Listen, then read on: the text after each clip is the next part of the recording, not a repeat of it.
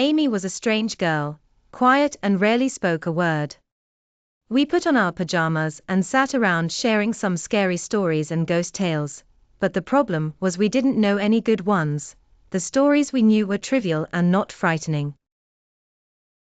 Amy said, "I know the perfect site for scary stories," and opened her computer, entering the site she mentioned.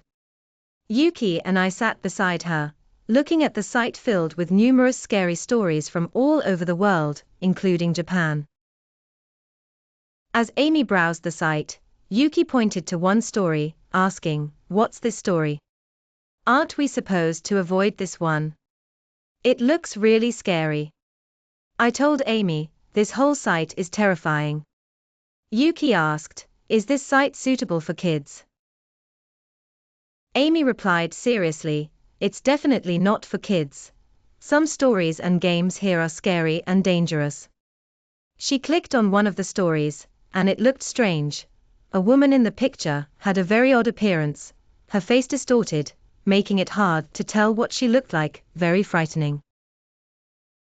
The title of the story was "The Author is Not Human."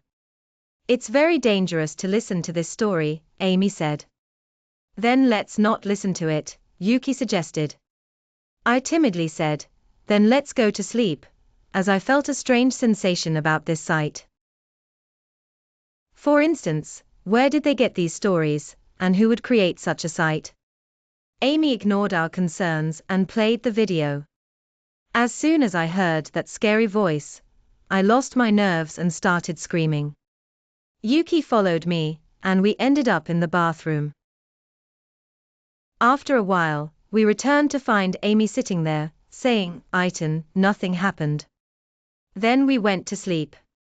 Amy slept in her bed, while we were on the floor. I don't fall asleep quickly, especially in a new place. After a while, I heard Amy whispering in her sleep. I dozed off for a bit and woke up to the sound of her voice rising, saying something. I told Yuki, she must be having a terrifying dream. As soon as I said that, Amy got out of bed, moving in a horrifying way. When I saw her like that, I started trembling with fear. She was staring away from us, and we were staring at her back, her long hair covering her face as she looked down, mumbling to herself. Slowly, Yuki said, "That's not Amy." I had my eyes closed, but when I opened them, her face was not Amy's, it was pale, with sunken eyes. Her mouth was open in a terrifying smile.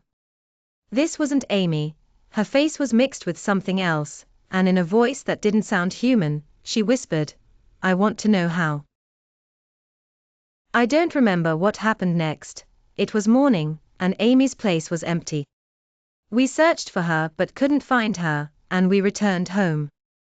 Her parents couldn't find her either. Yuki looked for her among friends shared with Amy, but there was no trace of her. We went back to search online for the website we entered that night, but we found no trace of that story, claiming it no longer existed on the site.